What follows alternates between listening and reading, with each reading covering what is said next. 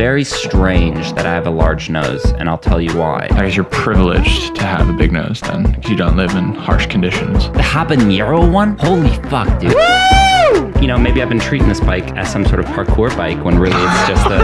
I once came face to face with a wild rhinoceros. That was pretty crazy. I got stung by a bee once. And we're back to another episode of the Burning Boat Show. This week, extra quick, because we only got a little bit of time before we go rock climbing. We're going to do an experiment and see... Is it better? Is it better to do like a 30 to 40 minute Under pressure podcast, or is it better to do the long form? Yeah.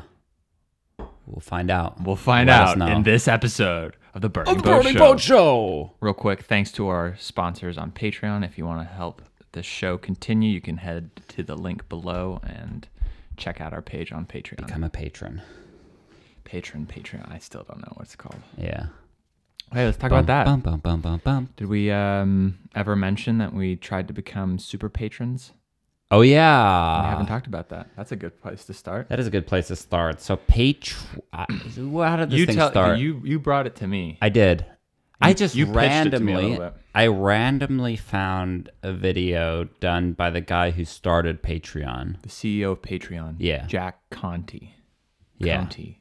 Conte. You're a real Conte. I don't know. How do you pronounce his name? Anyways, this guy, he had created an arts fund / endowment for an artist that would be $50,000 a year. The idea being that, I guess there's a story about Lee Harper, who wrote To Kill a Mockingbird, that she was kind of, before she wrote that book, she was writing on and off in her own apartment while she had a job and everything, and kind of her friends pulled together at one point and gave her a gift for Christmas, which was exactly 1 year's rent, which meant she didn't have to work a side job. She could just focus on writing, and To Kill a Mockingbird came out of it. And out of that, he kind of wanted to do the same thing, and he put up this $50,000 fund for an artist. There was a few contingencies, namely that you couldn't have a ton of traffic, meaning it wasn't for somebody who was already successful. It said low to medium traction. Yeah, and that you had been consistently posting for the past year. So the idea was that it was something on either you'd been uploading whatever it is you're doing somewhere. Shows that you're for the past year, whether it be YouTube. You at least tried. Yeah. Right. Podcast. Something. Exactly. And kind of contrary to where the story origin.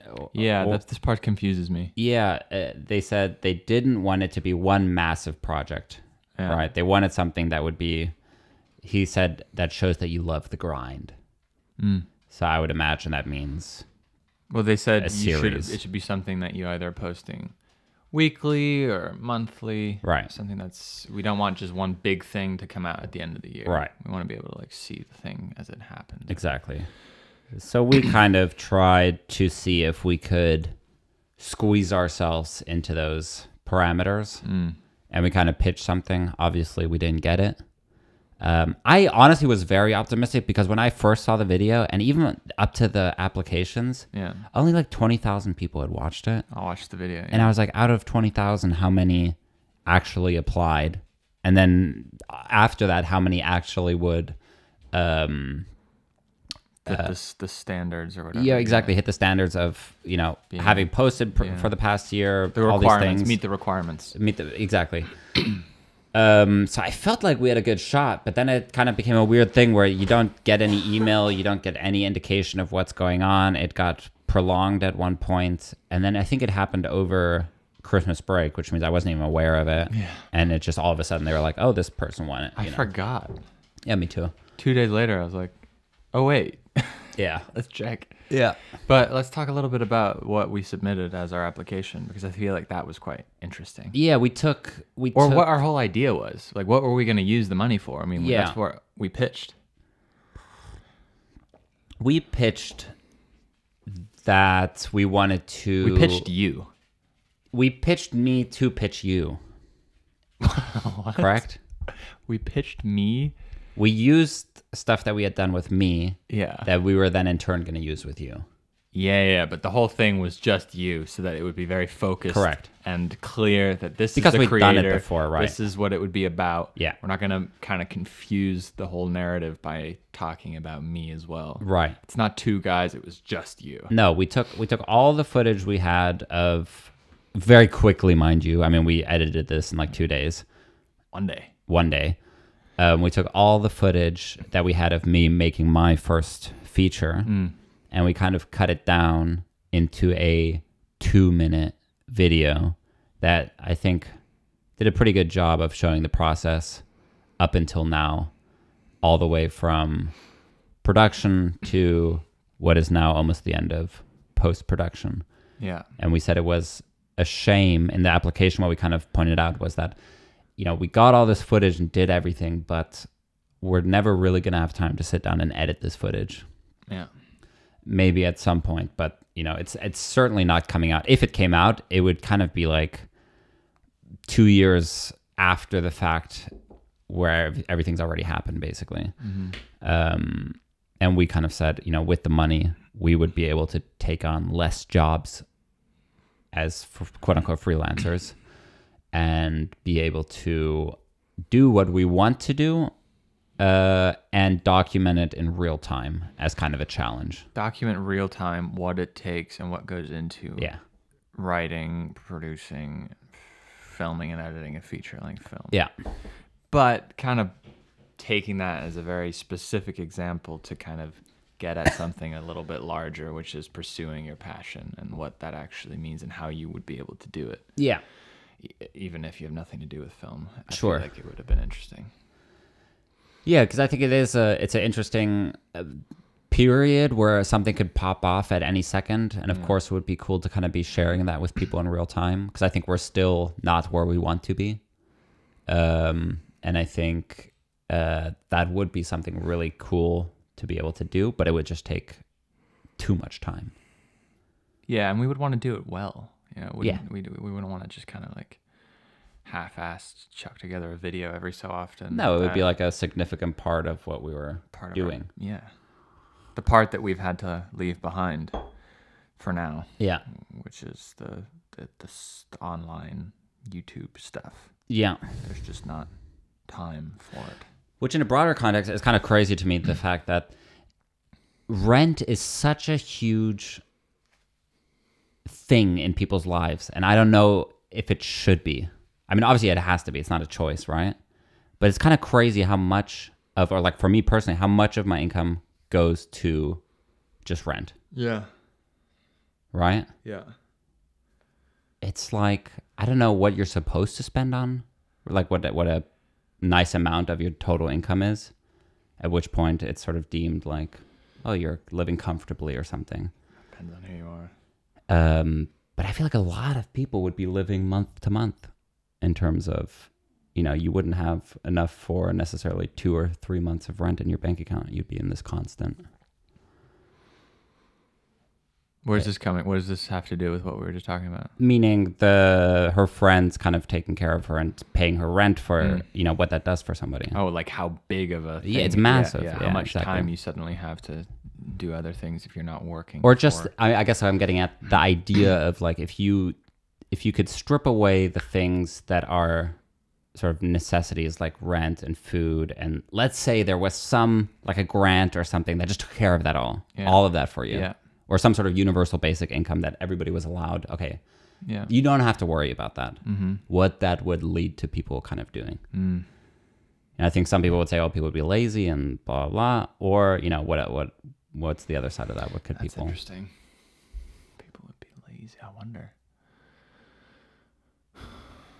I was reading a book like a month ago called Rich Dad, Poor Dad, which is about a guy who, when he was growing up, he was getting very different financial advice from two prominent male figures in his life. Right. One being his actual dad and one being his friend's dad. Right.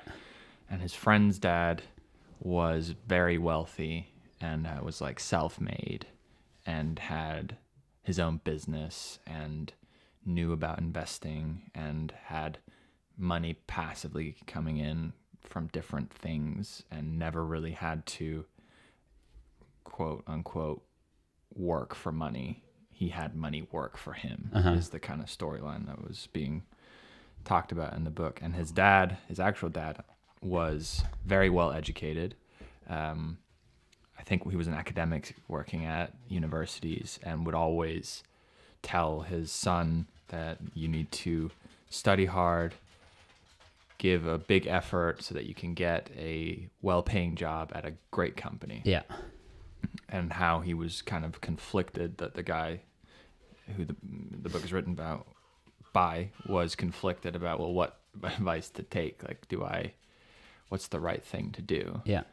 And it was just interesting how different people's mindset can be about money in general. Like, one of the things that seemed kind of controversial in the book was that his so-called rich dad would insist that you should always pay yourself first before, rent or before taxes or before bills. You should pay yourself first because you will start to, let's say it's the other way around, and you pay everything you need to pay first. And then you're left with a little bit of money, not enough to really do anything with. Yeah. If you pay yourself first and then you're left with a little bit of money, not enough to pay for your bills and the things that like the government will come after you for, his argument was, well, you'll figure out a way to get that extra money, whether it be working more, getting another job, finding out a way to invest your money somewhere or sell something. The point was that you should try to get, every time you want to buy something, you should have that amount of money coming in by itself. Like, let's say we just signed on with a relatively big contract. Yeah. He would argue that, okay, let's say we wanted to buy an office with that money. Really, you should take the money that you have that can purchase that office and turn it into something by itself, whether it be a branch of our business or a product that we produce. Yeah. And then sell that so that now that is generating income. Yeah. And then buy the office with that money. It's almost like you take the money, use it for something so that it can keep developing money. Yeah. And once it's made the amount of money you originally had, now you can take that money and use it. I see. And that's the process you should go through. So you're trying to create as many assets as you can along the way. I see. Instead of acquiring, what's the opposite of assets? I guess expenses or whatever you might call it. Yeah. Like you buy a car and then suddenly you have to pay taxes on it and you have to pay gas on it and you have to do all these things. And so it's something that's actually costing you money to have. Yeah. It was just interesting. I find that, I don't know that much about it. I know a lot of people are very obsessed with passive income. And I think there's probably some truth to it. That sounds pretty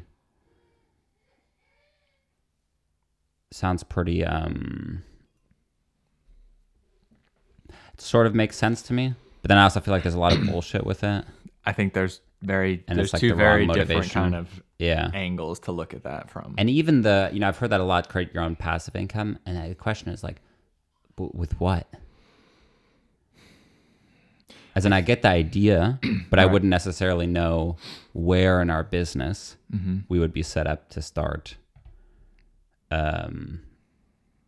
making money as passive income that wouldn't require work from us at the end of the day. Well, I think that's the part where it starts to split into two groups of people. There's the people who want passive income so they can sit on a beach and not do anything. Right. And then there's the people who see it as a way to scale up and to work on other things while other parts of the business are running by themselves. Right. Kind of. But wouldn't that be kind of case by case? As opposed to a rule, for example, the office. Yeah. Yeah, but I think that makes sense, but it also makes sense for me to expand and be able to take on more clients. Because it's an asset, actually. If you look at it and actually started like crunching numbers and seeing, okay, if we had the office, how much time would that give us? Because it's speeding processes up. We had an intern, someone we were paying. How much time would that free up for us to work on? So same with the camera we bought. Exactly. So it's an asset. You have to actually really go through. So if it's an expense, that's what he's talking about. It's like, I guess the point is that you have to go through and figure out what is it costing you and what are you getting from it, right? And what's it worth to you, and how much is it actually adding? I see. Because what we have done, I mean, we could argue that we could straight away rent an office right now. Yeah.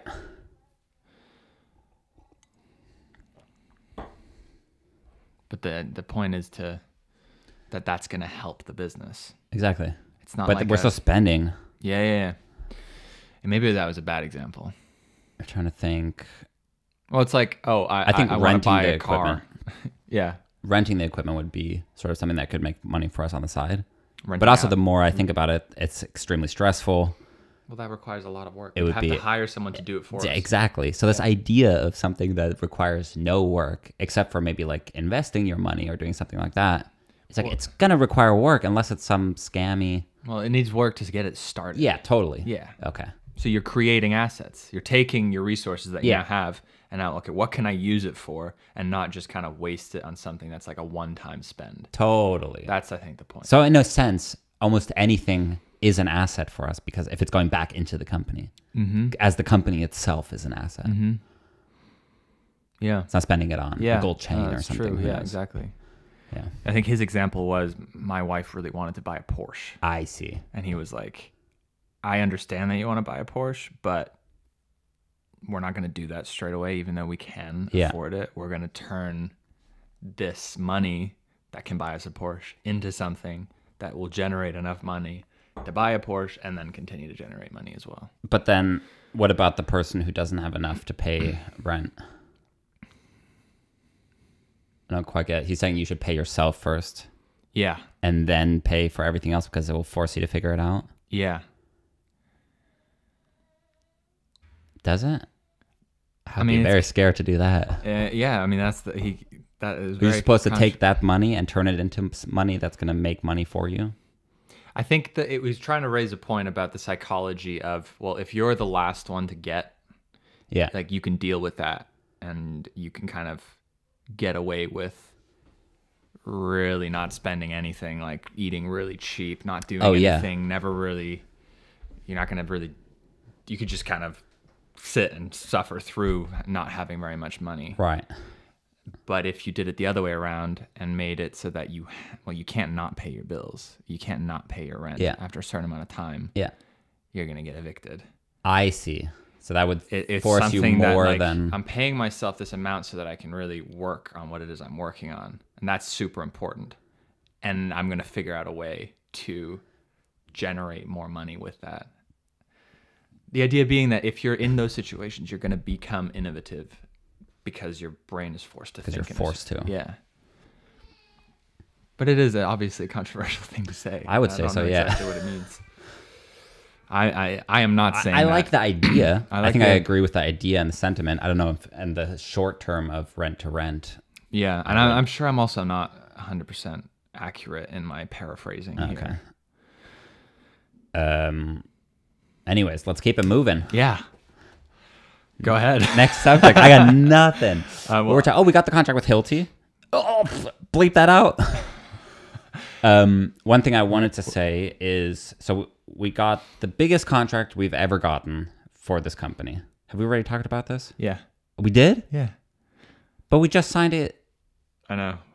Oh, so something changed and then it went back? Yeah. Cut all this out then. Anyways, we wrote a contract, which I thought was interesting.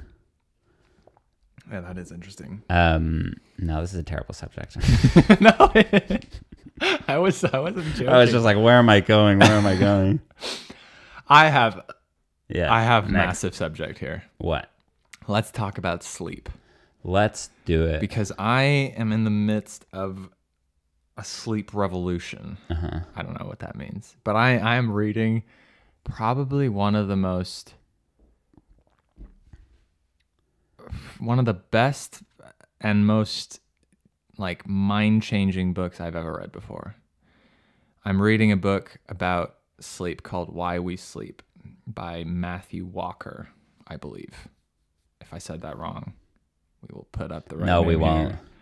You can just look it up.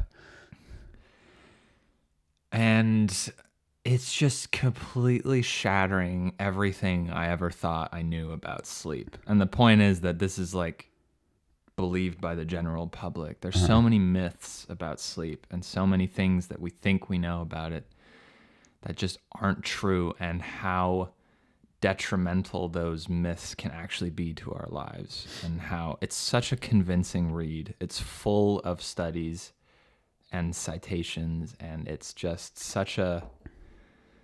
I just enjoy when it's very clear. You're like, oh wow, this is what it means, and these are the studies, and this is what is going on. Like, stop debating about that. Now let's talk about what we can do about it. What's an example of something people debate? So, well, I mean, I just take my own beliefs. Okay. I think would be a good place to start. That I've always, you hear, oh, you need 6 to 8 hours of sleep. What is it? 7 to 8 hours of sleep, 6 to 7 hours of sleep. Like what? Like you need kind of around that amount of sleep. And I've always thought that was like to not feel sleepy the next day.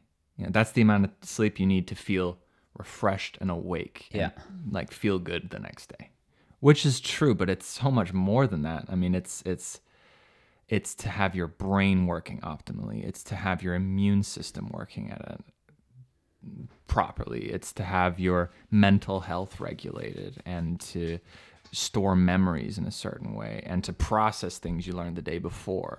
And just, it's so many more things than just to feel a certain way the next day.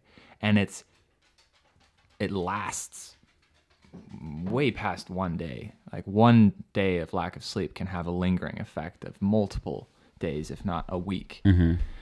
And it talks a lot about how just missing an hour of sleep regularly.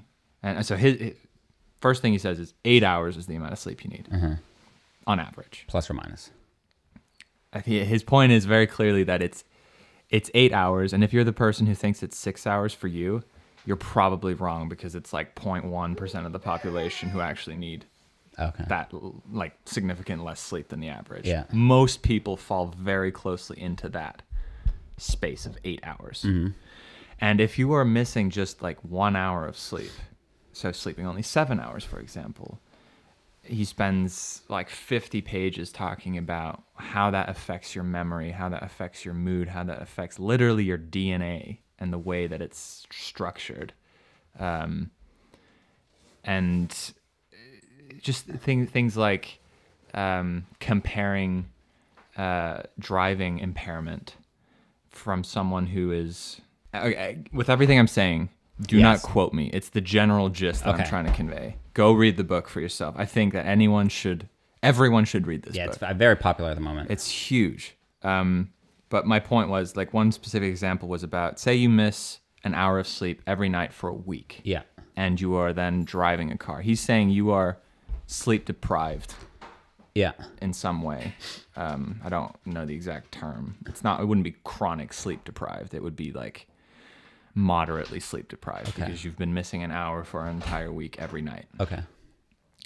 And he cites studies for all of this, and he talks about specifically the examples within the studies. And he said that you could show very clearly that people who were legally drunk in the experiment, so they're being given alcohol and then being asked to drive in a simulator, their level of impairment was equal, if not less, than those who were just a little bit sleep deprived. Yeah.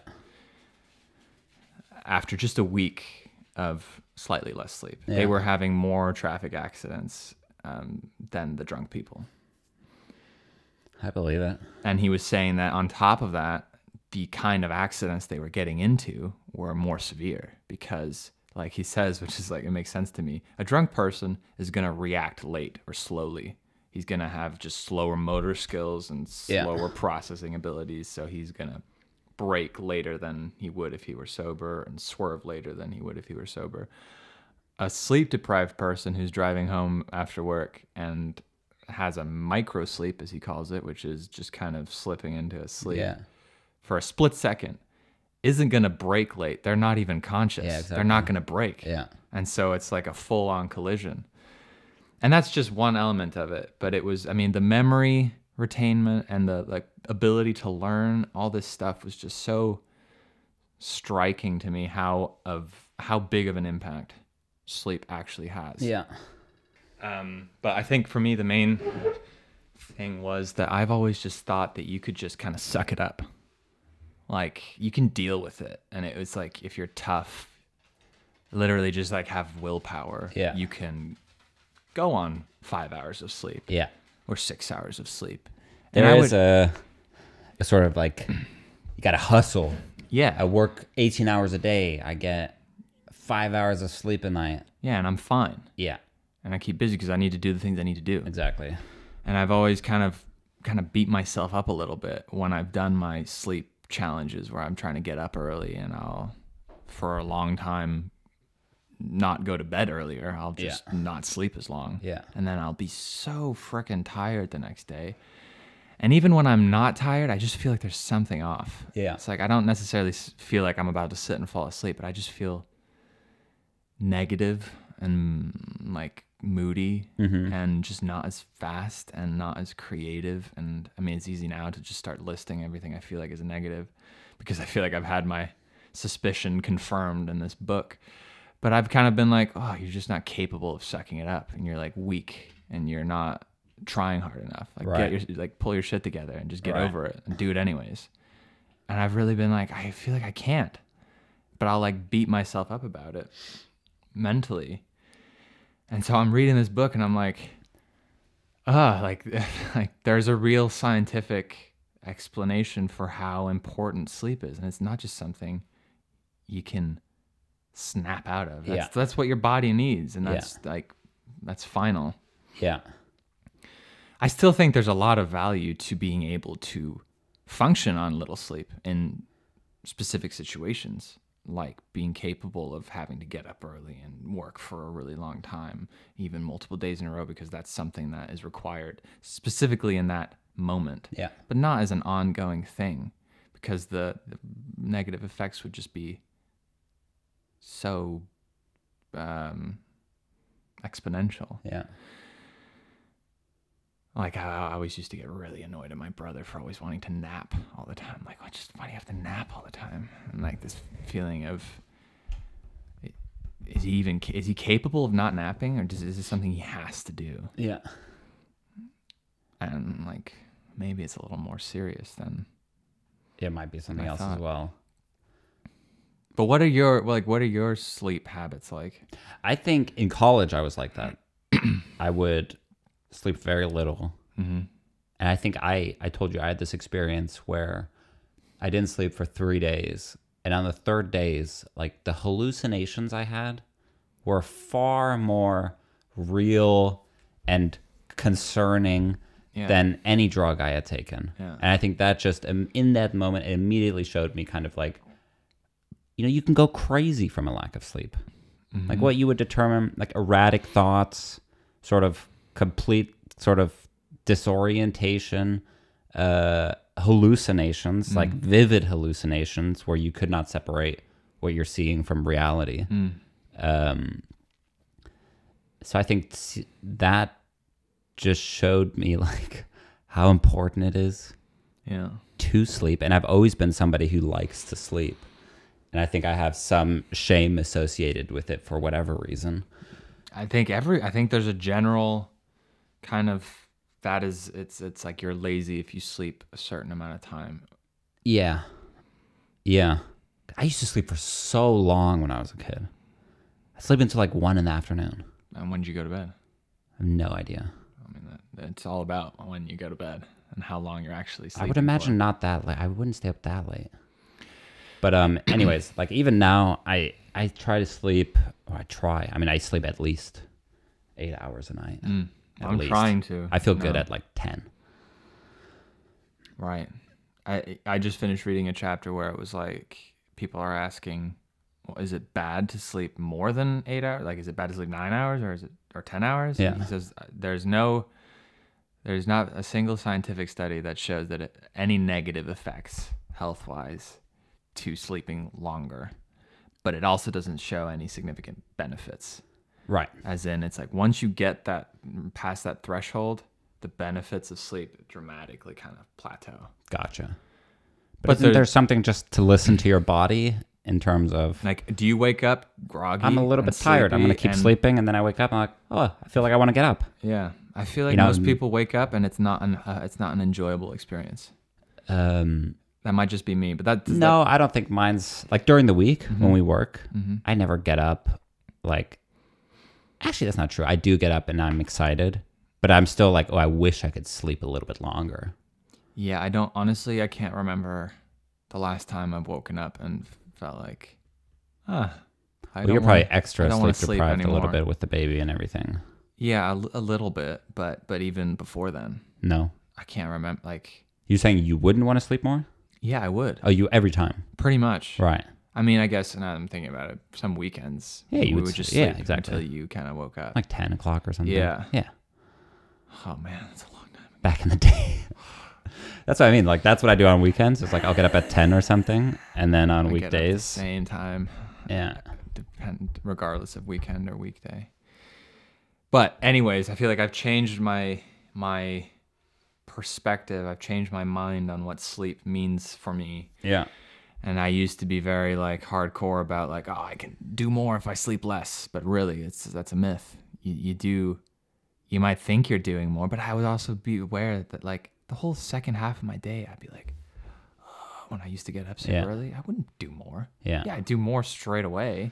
And that has its benefits. It does make you feel better. And you can do that for a couple of days in a row and still have a productive second half of the day and even evening because your brain hasn't felt the full effects. It's kind of tailored to... I think the frustrating thing is that we're kind of conditioned to think that, oh, if you get up early, you can do your yoga and meditation and breathing. And those are the reasons kind of for getting up early. So you have this extra time before work. Whereas I'm like, why can't you just push back work a little bit? Because personally, I could work until 6, 7 p.m. Dinner is obviously a hard thing. I'm sure you would start to adapt. You could push your entire schedule later a little bit. Or even later till 8, 9 p.m. or something, and not start work until 11 or 12.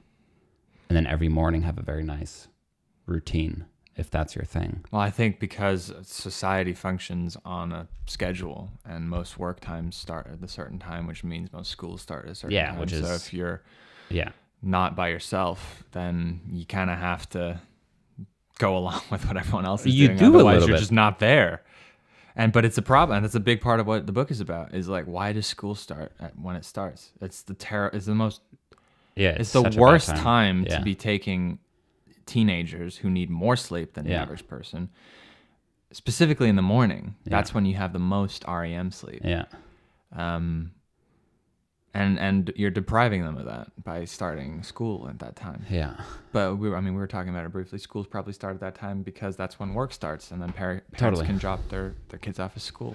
And it does allow for after-school activities.